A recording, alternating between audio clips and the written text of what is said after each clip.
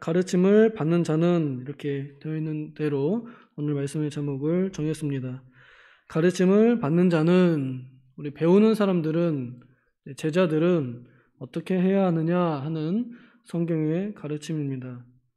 원래 주일 새벽에는 그날 배울 주일학교 공과 말씀을 설교하셨지만 어차피 우리는 주일날 오후에 지난주 오후에 목사님을 통해서 이미 그것을 배웠고 또 그것이 옛날에는 이제 저장이 안 됐기 때문에 새벽에 했지만 지금은 얼마든지 유튜브 찾아보면은 다 복습할 수 있기 때문에 저는 굳이 제가 부족한 설교를 목사님의 그 완벽한 설교에 보탤 필요가 없다고 생각하고 또 이제 그때에 맞게 하나님의 말씀을 곳간에서 꺼내어 주는 그런 청지기로 살고 싶어서 오늘 꼭 해야 할 말을 이 본문을 정해서 설교를 하게 됩니다.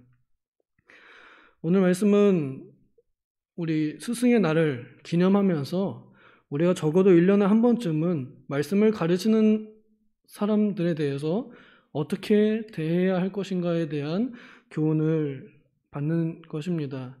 적어도 한 번쯤은 이런 말들, 이런 말씀들, 이런 교훈들을 받아두는 것이 우리에게 유익하고 안전한 것으로 믿습니다. 바울 사도는 지금 이 갈라디아서 6장에서 의롭다 칭함을 받은 의인들, 하나님 앞에서 의롭다 인정을 받은 사람들이 어떠한 자세로 살아가야 하느냐에 대한 말씀을 주고 있는데요. 그리스도의 법을 성취하라는 것입니다. 이제는 너희가 죄와 사망의 법에서 생명의 성령의 법으로 옮겼다. 그러니 너희들이 행정 이 관할이 바뀌었다. 이제 그거는 그리스도의 법으로 우리는 이해할 수 있고 그리스도께서 몸으로 보여주시고 또 말씀으로 가르쳐 주셨던 그 법 안에서 살아가는 것이 진짜 의인들이라 불릴 만한 사람들의 삶이다 라고 이렇게 말할 수 있겠습니다. 이제 여기 6장 6절에 보면은 가르침을 받는 자는 하고 이렇게 표현하면서 말씀을 가르치는 자에게 어떻게 대해야 할 것인지를 설명하는데요. 교회에서 교육을 뺀다면 교회는 더 이상 교회답지 못하게 됩니다. 교회는 친목회도 아니고 동호회도 아닙니다. 교회는 하나님을 섬기는 단체인데 하나님께서는 자신의 뜻이 선포되어지고 들려지고 들은 이들이 그것을 순종할 때 영광을 받으시는 그러한 단계를 통해서 그러한 모습을 통해서 기뻐하시기를 원하십니다. 그래서 우리는 교회 안에서 가장 무엇보다도 중요하게 하나님의 뜻이 무엇인가를 배우는 일에 집중합니다. 제대로 알지 못하고 하나님을 아는 지식이 없으면 망합니다. 우리는 잘 배워서 어떻게든 아버지께서 원하시는 뜻이 무엇인지 더 세밀하고 더 정확하게 연구하고 또 분별하여서 우리가 하나님을 최대한 하나님의 뜻에 가깝게 섬기고자 하는 연습을 하고 교육을 하고 공부하는 곳이 바로 이 교회입니다. 그래서 이 교회 안에서 교육을 맡은 사람들, 곧 교사들은 참으로 중요한 직분을 맡았습니다. 이 직분을 맡은 사람들에게는 큰 화가 있거나 혹은 큰 상급이 있습니다. 야고보서 3장에 보면은 많이 선생 되려고 하지 마라. 그거 잘못했다가는 큰 화를 입는다 하고 이렇게 경고합니다. 굉장히 힘든 그리고 굉장히 무거운 직분이 바로 교사의 직분입니다. 가르치는 자의 입장에 선다는 것은 너무나 부담스럽습니다. 저도 얼마나 부담스러운지 아세요? 인생 아직 50도 못 살았는데 뭘 안다고 막 성경을 들고서 이렇게 설명하는지 참 여러분들의 인내가 대단하신 것 같습니다. 굉장히 어렵습니다. 너무나 무겁고요. 제가 이 설교의 무거움을 깨달았을 때 신학교 들어온 지 한 달쯤 됐나 펑펑 울었습니다. 그 신학교 교문 앞에 무릎 꿇고 앉아가지고 내가 미쳤지 대체 왜 이런 설교가 이렇게 무겁고 힘든 건 줄 몰랐으니까 왔지 어떻게 물을 수도 없고 어떻게 해요 하는 엄청나게 울었습니다. 그때 이 무거운 일을 꾸역꾸역 맡아서 교회에 생기를 불어넣는 일, 이런 일들을 하는 사람들이 바로 말씀을 가르치는 사람들입니다. 이 말씀을 가르치는 사람들의 제일 책임자라 한다면 단연 교육 장로일 것입니다. 우리는 장로회이고 장로들을 세워서 교회를 다스리는 것이 하나님의 뜻이라 믿고 그러한 분들을 존중하고 또 순종하는 단체입니다. 치리하시는 다스리시는 장로님들, 우리 두 분의 신무 장로님들 굉장히 중요합니다. 그러나 그것보다도 조금 더 중요한다 그러면 바로 가르치는 일을 맡은 장로님인데요. 헌법적으로는 그러한 장로님들을 목사님이라고 이렇게 표현을 합니다.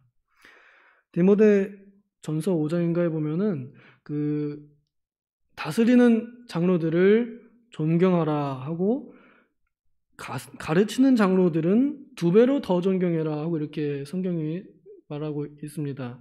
그래서 우리는 이 하나님께서 가르치는 사람들에 대해서 얼마나 스스로 하나님께서 본인이 스스로 그들을 존중하시는지 또 존귀히 여기는지 알 수 있습니다. 이제 그런 분들, 우리를 가르쳐 주시는 목사님과 또 혹은 우리 장로님들께서도 가르치실 때도 있습니다. 또 인도하실 때도 있고요. 그런 인도나 또 이제 주일학교에서 교사 선생님들이 가르치시거나 혹시 구역장님들께서 그 구역 예배를 하시면서 구역을 인도하시거나 그런 어떤 교육을 맡은 분들 또 훈련을 담당하시는 분들 이런 분들의 수고를 알아주는 것이 하나님의 뜻입니다. 여기 모든 좋은 것을 함께하라 하고 그렇게 대해야 한다고 가르칩니다.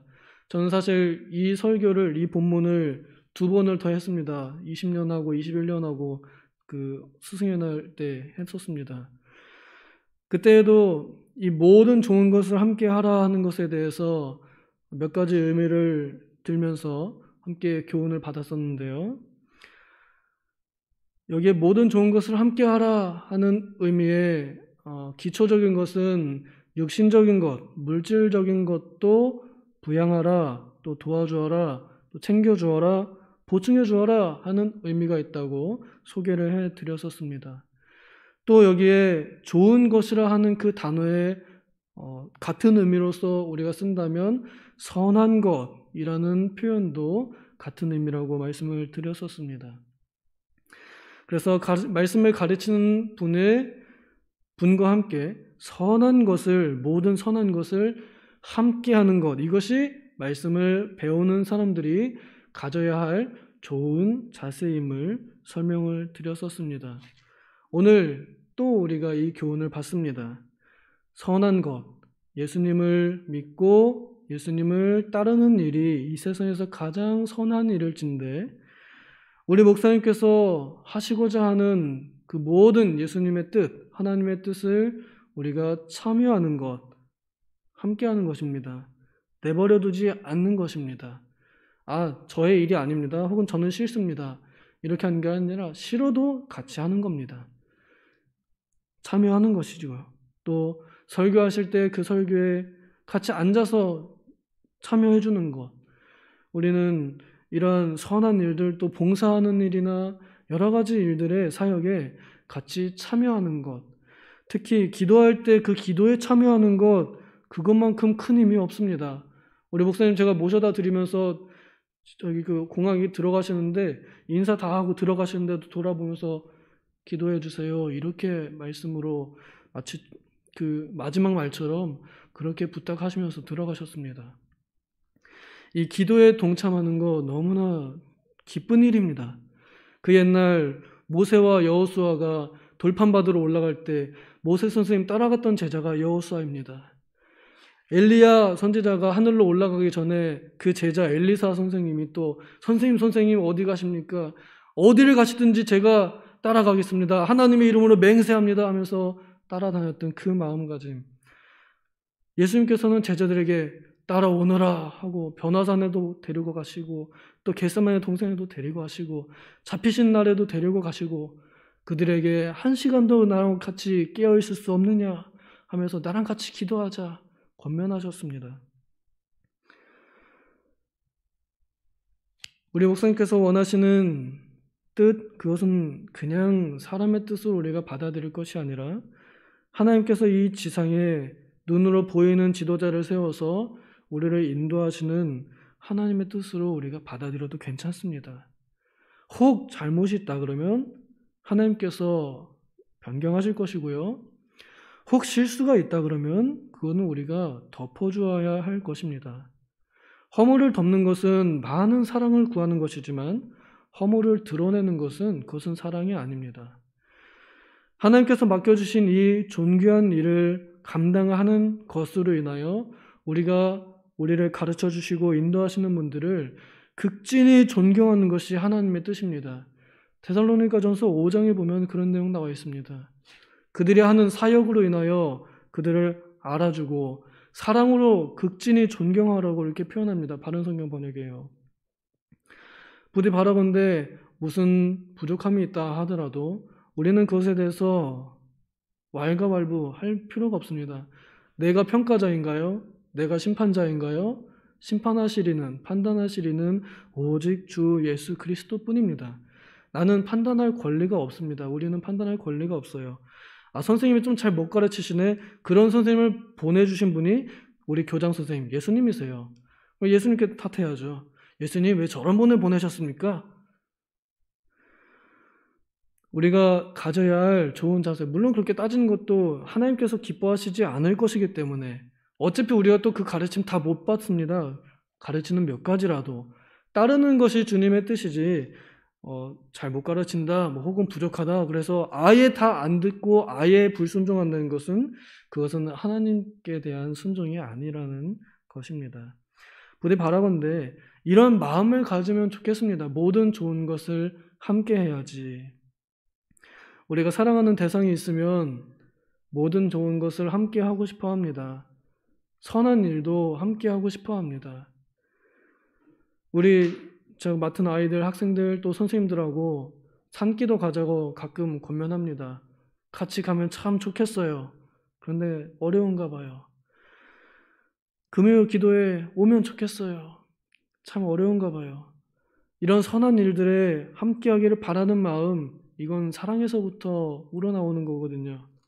우리를 가르쳐 주시는 분들의 그 무거운 중압감이 어떤지를 조금이라도 헤아려 본다면, 그러면 조금이라도 나도 좋은 거 있으면 같이 하려고 이렇게 생각해야 되지 않을까 생각이 듭니다. 육신적으로 좋은 게, 맛있는 게 생겼다 그러면은 같이 좀 나누어 드리고, 이런 마음을 가지는 거예요. 좋은 일이 있다 그러면은 알려드리고요. 또 혹시 선한 일에 자신이 필요한 일이 없는지 여쭤보는 것, 목사님 이번에 선교 가시는데 필요한 거 없으십니까? 이렇게 여쭤보는 것이나, 혹은 알아서 챙겨드리는 것이나, 이런 것들이 우리에게 참으로 필요한 자세 아닐까 싶습니다. 하나님께서는 이러한 사람들, 곧 가르치는 사람들을, 교회의 생기를 불어넣는 사람들을 살려서, 그래서 교회를 더욱 살맛나게 하시려고 이렇게 한 것입니다. 그저 사람을 위해서 하신 것이 아니라 곧 하나님 자신의 나라를 위해서 주신 교훈이요 명령이므로, 우리가 사람을 위하여 한다기보다 또 사람에게 잘 보인다 혹은 아부하려고 하는 거 아니냐가 아니라 하나님의 나라를 세우기 위해서 이렇게 해야 한다고 말씀을 받아들이고, 이러한 마음, 모든 좋은 것을 함께 해야지 그분들이 참으로 수고가 많구나 하는 이러한 마음가짐을 갖는 것, 그것이 오늘 우리 스승의 날을 맞이하여 주일을 맞이하는 우리 성도들의 올바른, 제자들의 올바른 자세라 할 수 있겠습니다. 기도하겠습니다. 하나님 아버지, 우리는 참으로 부족한 사람들이요, 가르침이 없이는 올바른 길을 갈 수 없는 무지한 사람들임을 인정합니다. 그러한 우리들을 가르치시기 위해서 하나님께서는 교회에 몇 교사들을 세우셨사오니, 아버지, 이분들의 교훈을 우리가 하나님의 교훈으로 순순히 받아들일 때 우리의 영혼이 잘 되고 우리의 삶이 잘 되리라 믿습니다. 주님, 그분들의 수고를 우리가 알아줄 때 모든 좋은 것을 함께 하라고 교훈해 주셨사오니 이러한 선한 마음, 선한 일에 동참하고자 하는 마음 가지고 우리가 그분들을 위하여 더욱 기도하고 또 물질적으로도 많이 보충하여서 이 교회의 생기를 불어넣는 일에 우리 배우는 자들이 더 힘써서 생기를 불어넣을 수 있도록, 그래서 이 교회가 활력을 띠고 세상 속에서 사람들의 생명을 살려내는 그러한 생명의 이 심장부가 되게 하여 주시옵소서. 감사드리며 예수님의 이름으로 기도하옵나이다. 아멘.